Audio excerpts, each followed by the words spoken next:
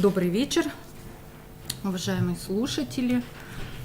Сегодня очередная интересная тема, на которую мы с вами пообщаемся в таком вебинарном формате.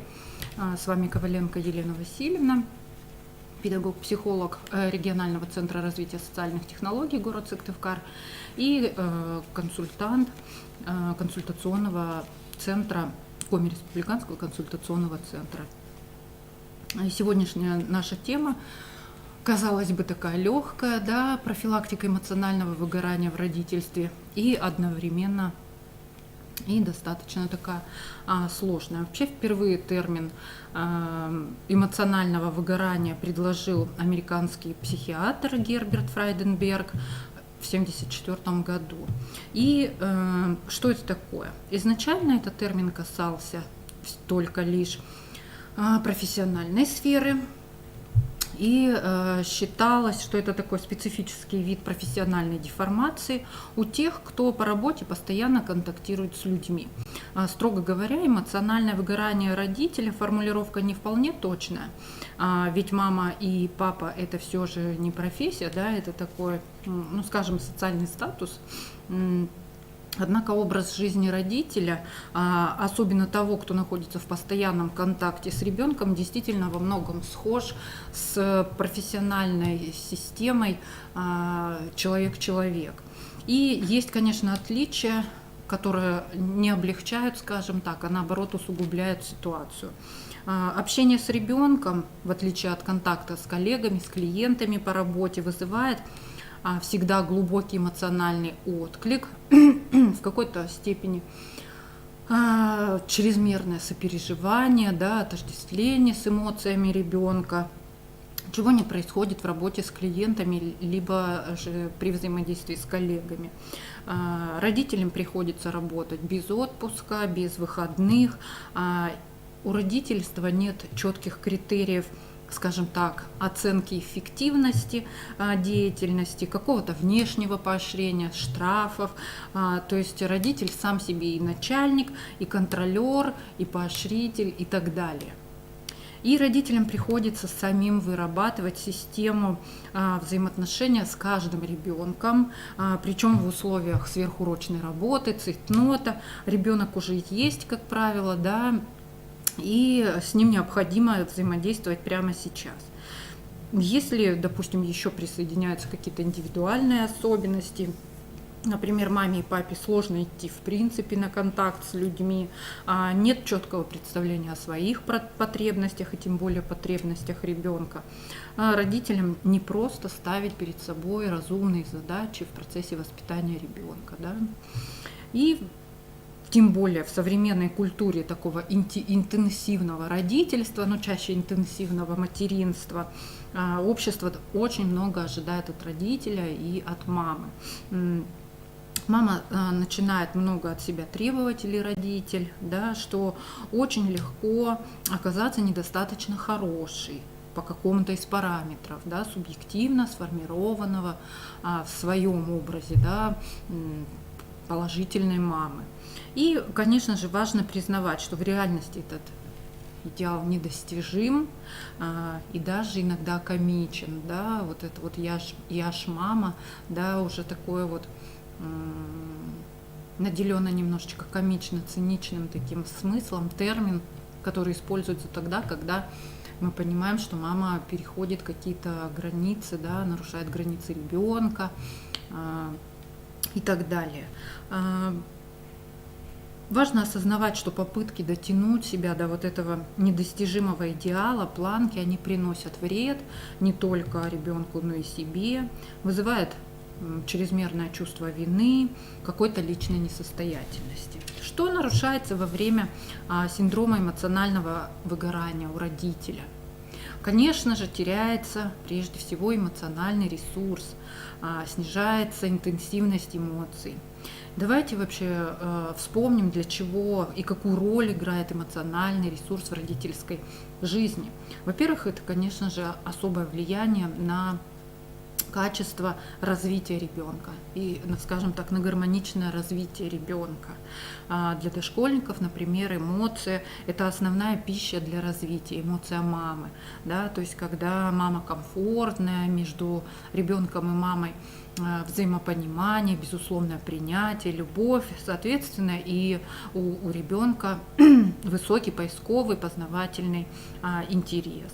Детям до 3 лет еще и важен телесный контакт, теплый, безопасный, да, те самые безопасные прикосновения. После 3 и до 10-12 лет важны эмоциональный и интеллектуальный фактор. Да. Во-вторых, что еще дает эмоциональный ресурс, это, конечно же, собственную родительскую самооценку. Нет самооценки, нет ресурса. Когда мне плохо, когда у меня эмоции на нуле, это сопровождается и снижением самооценки. Особенно это актуально для мам, потому что женщины склонны проваливаться глубоко в такое состояние, в котором в том числе ничего не хочется делать. В-третьих, эмоции создают, конечно же, пространство любви и принятия в семье. И никто не поспорит с тем, что, конечно же, для любви нужен эмоциональный ресурс. Также эмоции важны для профилактики деструктивных отношений в семье. И существует целый комплекс деструктивных отношений.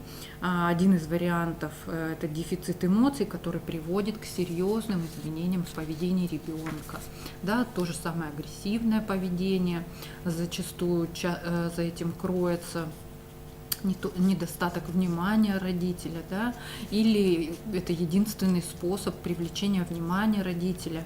То есть, когда я веду себя ровно и спокойно, меня не замечают, у мамы не хватает ресурса реагировать на меня нормативного, положительного, спокойного, веду себя хорошо и ладно, маме не нужно лишний раз включаться. И дети начинают включать плохого ребенка, потому что когда я громкий, яркий, непослушный, тогда мама всплывает из своего эмоционально истощенного состояния и хоть как-то на меня реагирует.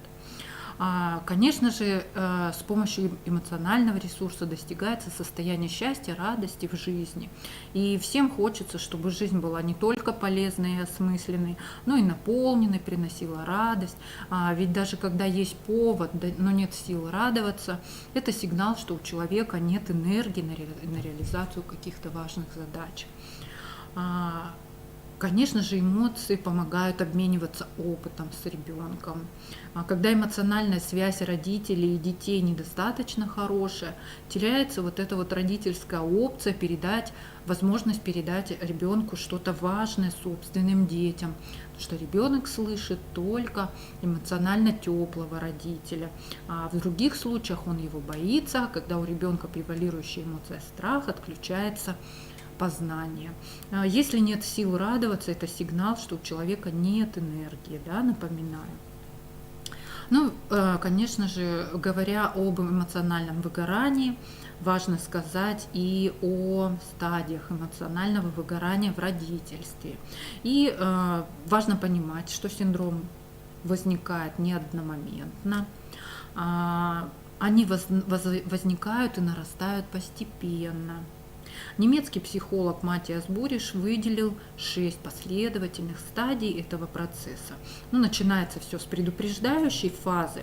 Это стадия, скажем так, не совсем похожа на эмоциональное выгорание, наоборот.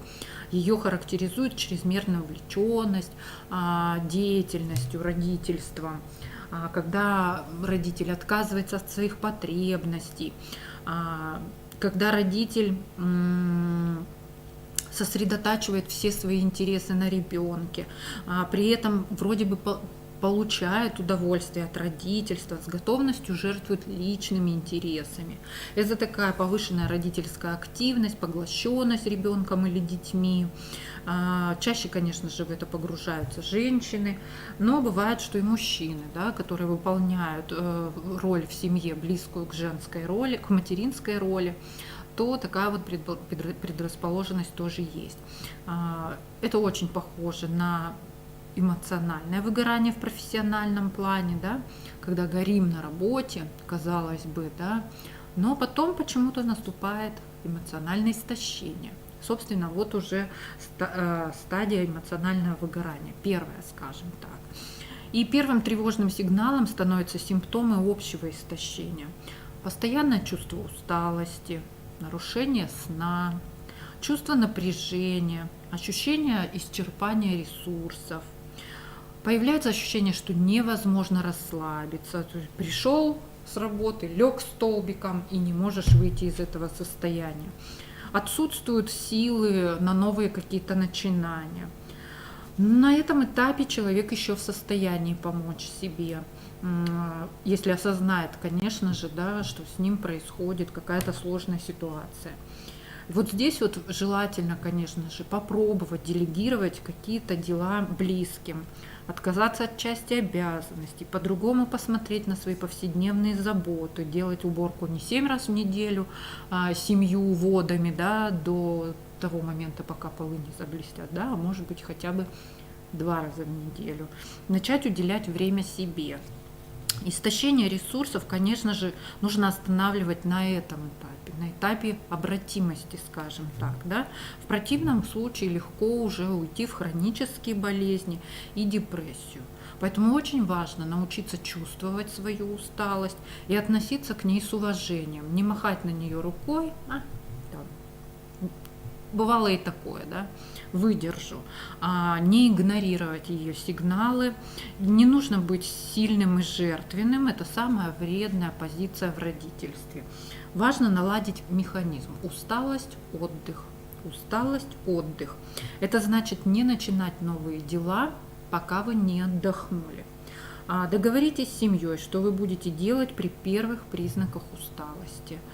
Если есть привычка отдыхать с пользой, иногда лучше ее оставить. Нужно отдыхать ради отдыха. Мозгу нужна разрядка, организму в целом нужна разрядка. Если сходу сложно придумать занятие, составьте список из 20 бесполезных вещей, которые вы любите делать. И то, что приносит действительно вам радость. Если совсем сложно, попробуйте вспомнить, что вам в детстве приносило радость. Есть пироженки, слушать группу «Руки вверх», например, да, и каждый день делать хотя бы 2-3 пункта из этого списка. Обновляйте этот список, пусть он живет и меняется вместе с вами. Следующая стадия – это уже снижение активности. То есть до этого у вас наступали периоды истощения, да, но так или иначе вы восстанавливались. На второй стадии уже падает активность. Постоянно быть полностью вовлеченным в жизнь ребенка и родительские переживания очень трудно.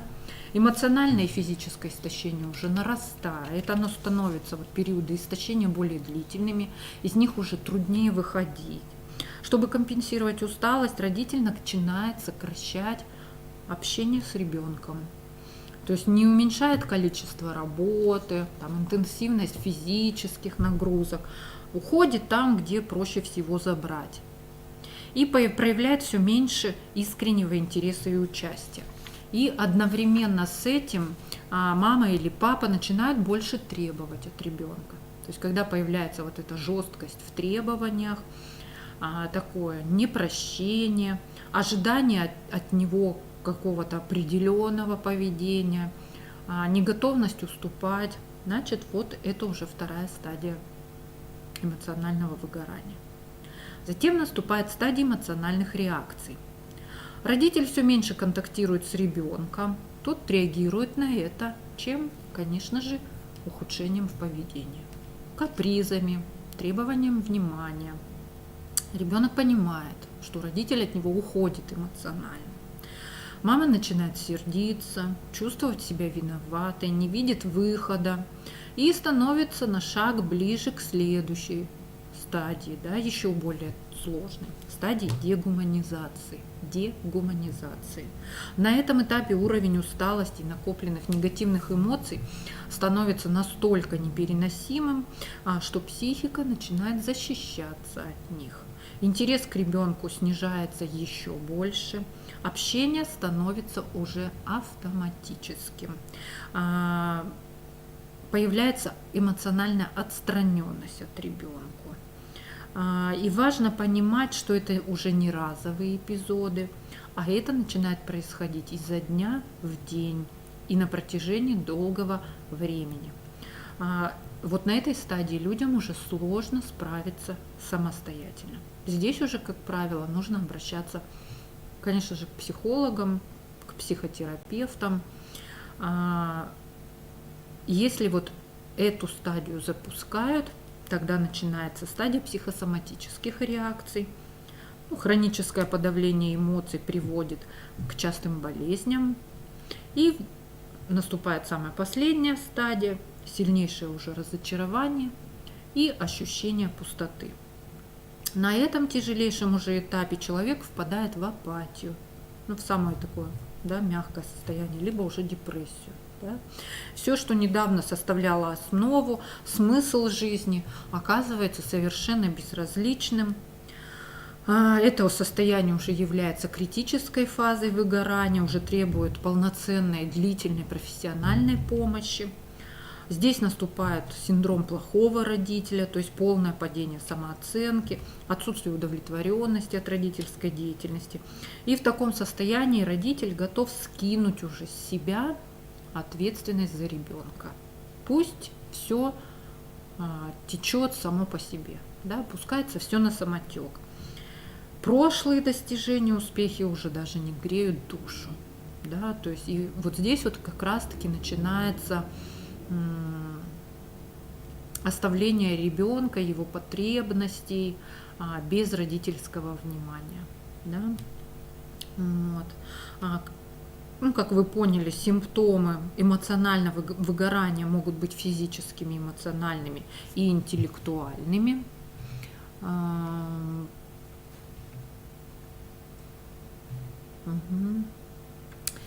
И происходит, скажем так, на физическом уровне хроническая усталость, напряжение, неполноценный сон, колебания веса, общее плохое самочувствие, головные боли, частые неполадки со здоровьем. Об эмоциональных симптомах мы с вами поговорили, то есть это и пессимизм в отношении будущего, и душевная черствость в адрес детей, раздражительность, тревожность, чувство педагогической беспомощности, чувство изоляции и одиночества. И интеллектуальные симптомы: падение интереса к новому, скука, при взаимодействии с ребенком формальное отношение к нему, снижение социальной активности, предпочитаем какие-то наработанные шаблоны, нежели творчески подойти к ребенку. Если же это начинает затрагивать уже не только родительскую сферу, а в целом жизнь, то это говорит уже о депрессии, а не об эмоциональном выгорании. Какие причины эмоционального выгорания в родительстве? Прочитайте все пункты, сравните свое состояние и вычислите, где у вас больше всего проблем, в какой зоне. Во-первых, одна из причин – это сильная зависимость самооценки родителя от поведения ребенка. А родитель – это своего рода инструмент воспитания ребенка, и мы, как родители, в ответе за то, как будет жить ребенок. Поэтому очень важно сохранять свою вовлеченность и отделять собственную самооценку от текущего поведения детей. То есть вы можете быть прекрасным родителем, но при этом у вас ребенок все равно может совершать ошибки. И это не значит, что вы становитесь из-за какого-то неудачного педагогического опыта, вы становитесь целиком неудачником, скажем, в целом в жизни. Следующая причина – это высокая ценность хороших отношений с ребенком. В нормальной ситуации, конечно же, родители хотят сохранить хорошие отношения с ребенком. И вот здесь может возникнуть сильное напряжение у родителей. Надо достичь быстрого результата, но непонятно, как это сделать, потому что иногда приходится применять разные способы. Здесь и сейчас иногда приходится быть плохим для ребенка. Например, ожидаем, что ребенок удержит какое-то свое желание, да, там, не съест сейчас конфету, будет выдавать нам негативные эмоции. Но мы понимаем, что здесь сейчас, конечно же, если мы дадим ему конфету, мы будем хорошим родителем, но это вызовет в дальнейшем какие-то аллергические реакции, да, поэтому приходится быть иногда, ну, в кавычках, плохим родителем, да. Следующая причина – отсутствие энергообмена. Родители и дети, конечно же, связаны вертикальными отношениями, но в норме, да, когда в семье все-таки соблюдена иерархия. Вверху это родитель, верховное лицо, да, ребенок в иерархии идет после родителя. То есть в таком случае только происходит ответственность за ребенка. Если я нахожусь под ребенком, то о какой ответственности может идти речь? А ребенок не несет ответственность за меня, за родителя, за мое поведение, за мои эмоции, за мои чувства, переживания и так далее, мысли. Вот когда у нас есть только вот это вот вертикальное, да, отношение с ребенком, и отсутствуют горизонтальные отношения на равных. Например, мама не работает, подруги далеко, муж все время на работе, и нет вот этих вот горизонтальных отношений, тогда мы пытаемся компенсировать, ставить ребенка вот в эти горизонтальные отношения. И тогда мы начинаем забирать энергию у ребенка. А ребенок маленький, да, и тогда происходит вот это вот нарушение энергообмена. Кроме того, причиной может быть слишком высокая ответственность за результат. Результат педагогической деятельности, конечно же, должен показать достойную личность нашего ребенка, да, ну а значит, родитель несет очень высокую нагрузку, а соответственно и получает достаточно большое количество социальных оценок о том, что вот ваш ребенок там не такой или такой, да, и это тоже очень сильно влияет на эмоциональное состояние родителя. Следующее – это нечеткое распределение обязанностей. Если на работе у вас есть четкий функционал, понятный, более-менее понятно, да, что разные бывают ситуации. В воспитании ребенка, конечно же, всего этого нет. Возникает тотальная многозадачность, в результате становится непонятно, за что хвататься. Но здесь продвинутые мамы используют различные новые знания, да, тайм-менеджмент у мам и так далее. Но не всегда есть возможность это применить в реальной жизни.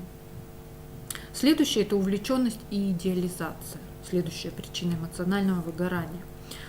Частая фраза людей, которые идеализируют образ родителей, это «я должна быть замечательной мамой». Хотя детям иногда полезна и плохая мама в дозированных количествах. Если мама будет идеальной, у ребенка возникнет в какой-то степени зависимость от нее. Да? В случае ухода мамы это более сильное переживание, травма, да, нежели если бы был адекватный образ родителя, и так далее. Следующая причина – это высокий уровень принуждения. Если у человека есть принуждение на работе, а это против его принципов, с работы можно уйти. А вот в материнстве так не получится. Есть множество вещей, которые делать надо. Да, возможно, где-то нет благодарности. В какой-то степени есть обесценивание материнского труда. Ну и нужно понимать, что результат вот именно материнского труда будет не скоро, а в очень отдаленном будущем. Ты только через какой-то период видишь, что то, что ты делала, это принесло результаты. И это достаточно сложно. Кроме того, мало кто помнит, что маму нужно поблагодарить или папу, да, в целом родителя. И поэтому очень важно себя самоорганизовывать, становиться самому себе начальником, работником, да, понимать, за что себя похвалить, за что себя поругать. Также еще и один из факторов – это невозможность полноценного творчества. Да? Тут, конечно же, все упирается в личностный портрет ребенка.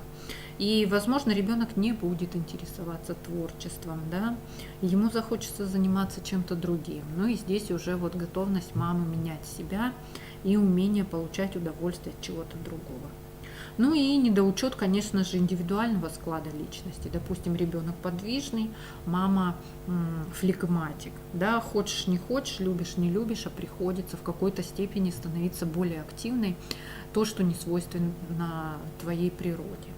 Все вот это вот, все влияет на риск возникновения эмоционального выгорания. Ну и кроме того, кто из мам, например, находится в зоне риска материнского выгорания? Ну, во-первых, это родители детей, конечно же, с небольшой разницей в возрасте. Новорожденный малыш нуждается в маме круглосуточно, а если есть и ребенок постарше, которому нужно внимание, и они привлекают к своей новой роли в семье родителя, конечно же, в большой степени.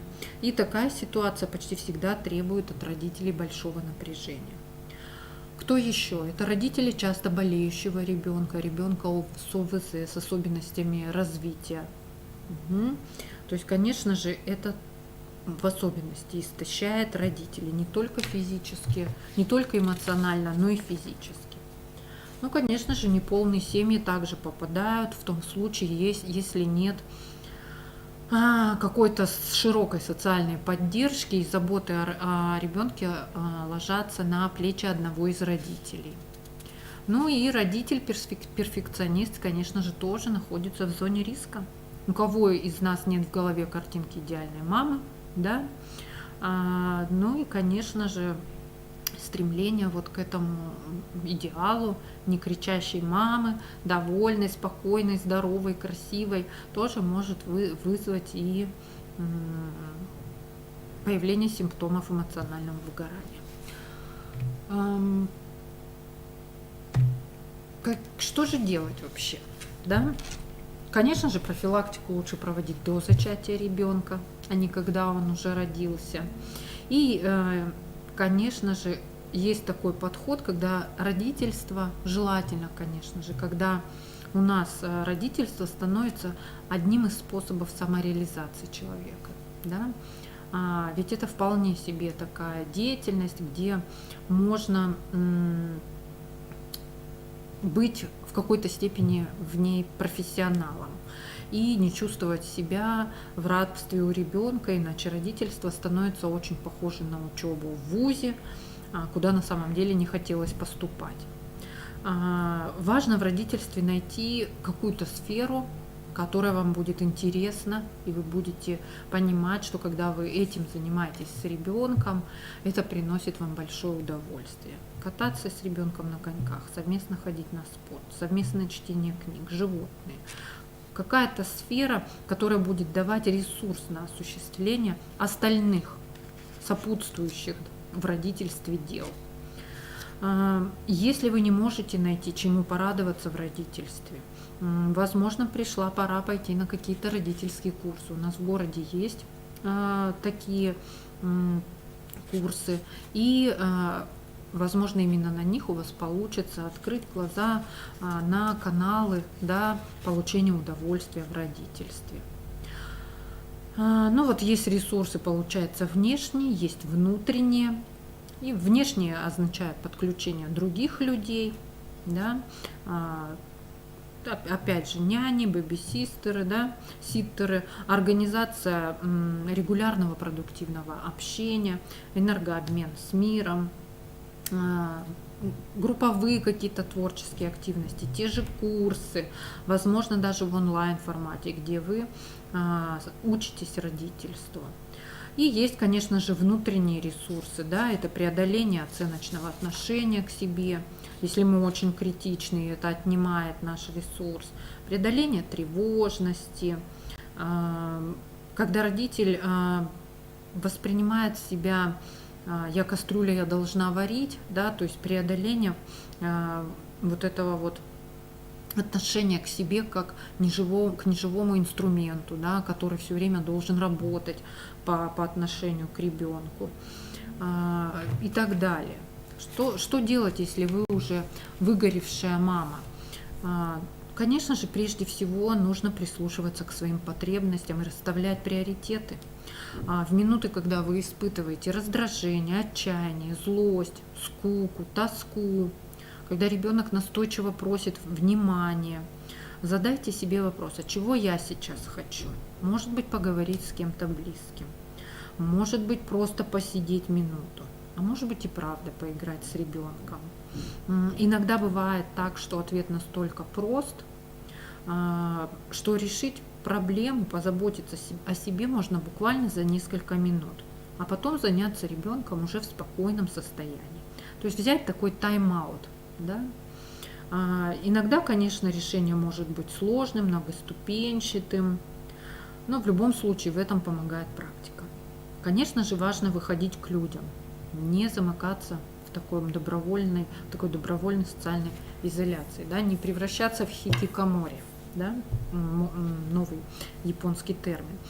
Когда ребенок еще совсем мал, мама совершенно естественным образом проводит с ним значительную часть времени. Однако это не означает, что мама должна лишиться всех контактов. Особенно в этом важна поддержка супругов. Да? Если вы замечаете, что ваш круг общения резко сузился, вам не с кем поговорить, это тревожный сигнал, и очень важно позаботиться о своем окружении. Важно заботиться о своем комфорте. Голодная, уставшая, измученная мама или измученный папа вряд ли сможет позаботиться о ребенке. Мы помним, да, что пока мы не удовлетворим базовые потребности, телесные, да, мы не сможем заниматься чем-то духовным. Поэтому используем принцип самолетов. Сначала надеваем кислородную маску себе, а потом ребенку. Очень важно просить о помощи. Это едва ли не самый важный пункт. Если вы заметили у себя симптомы какой-либо стадии, это означает, что уже вам нужна помощь. И важно найти тех людей, к кому вы можете обратиться. Выражать эмоции тоже также важно. Это именно постоянное сдерживание негатива один из важнейших факторов и источников истощения и выгорания. И если вы чувствуете злость, отчаяние, вину, начинаете срываться на ребенке, то важно найти безопасный канал выражения эмоций. Некоторым в ситуации раздражения помогает повзаимодействовать агрессивно с подушкой, порвать бумагу на мелкие кусочки. Кому-то достаточно просто сказать о своих чувствах, поделиться ими с близкими. Можно использовать арт-терапию, к которой мы все склонны. Да? Рисунок помогает отпустить эмоции. Можно вести дневник боли, куда вписывать все свои сильные эмоции. Это не обязательно делать на публику, да, ВКонтакте, в Инстаграме. Это можно делать в том числе и, скажем так, не на публику, да, то есть такой дневник иметь дома.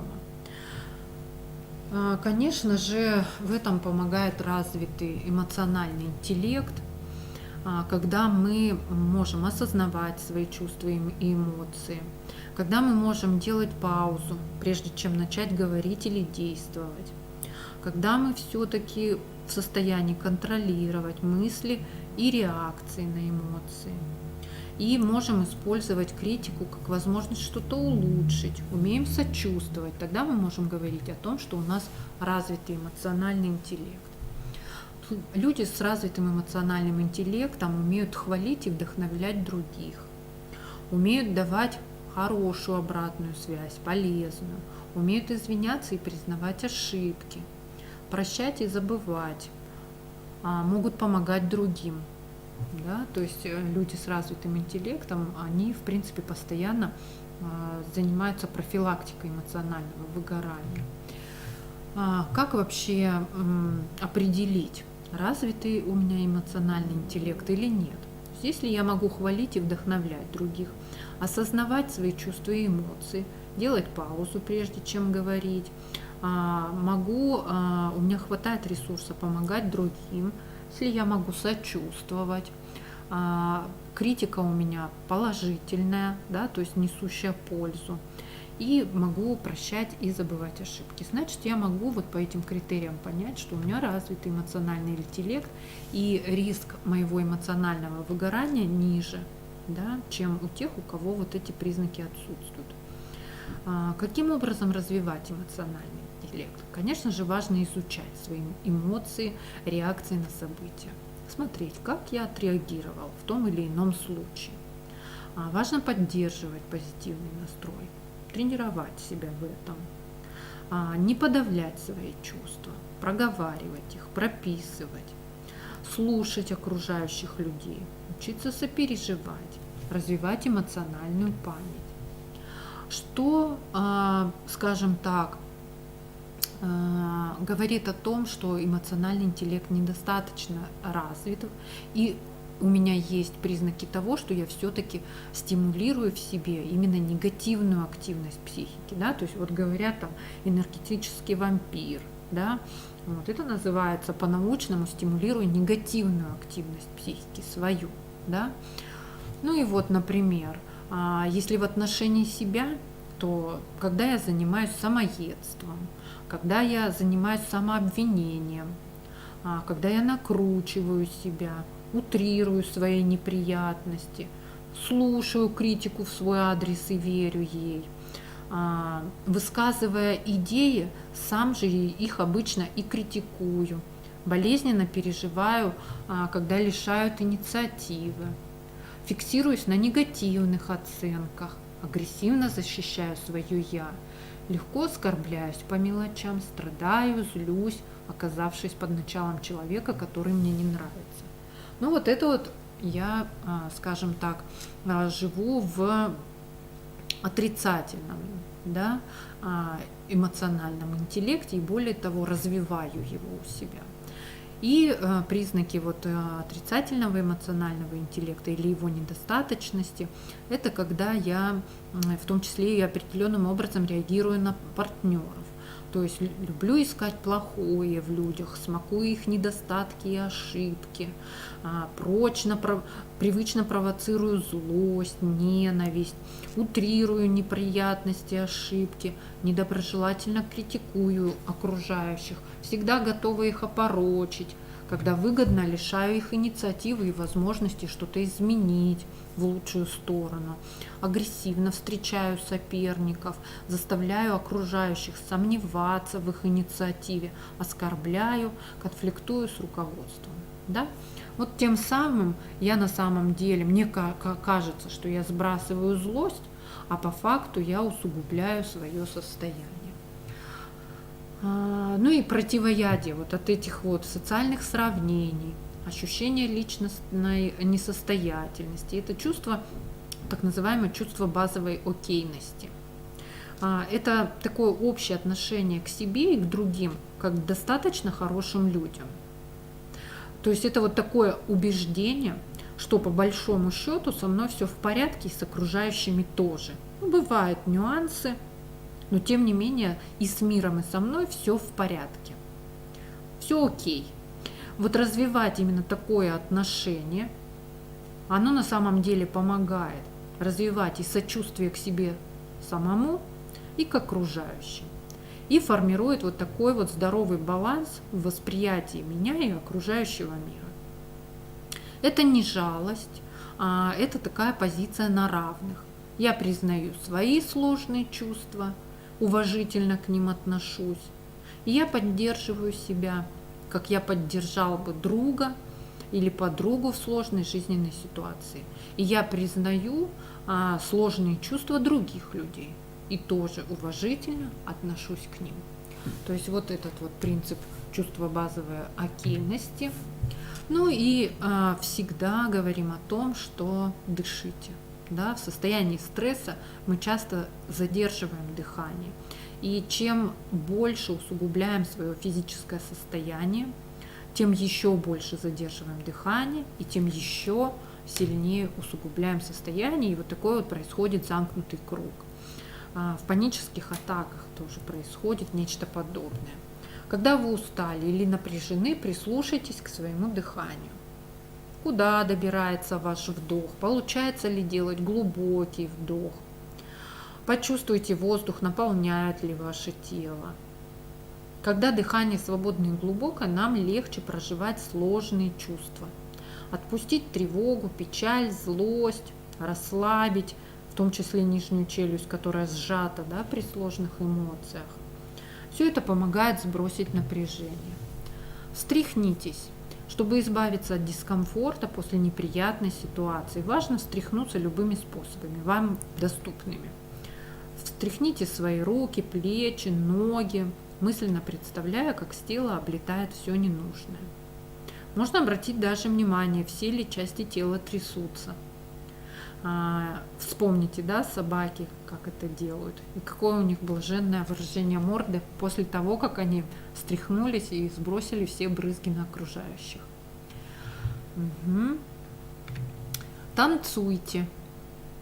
В отличие от зарядки, движения танца ритмичны, выразительны и спонтанны. И напряжение уходит в двойном размере. Вот каков ваш танец сегодня, в каком ритме вы хотите двигаться. Если у вас нет настроения и сил, впереди дела, включите ритмичную музыку в среднем темпе, которая вас вдохновляет, и продержитесь хотя бы до конца трека. Ну вот такие вот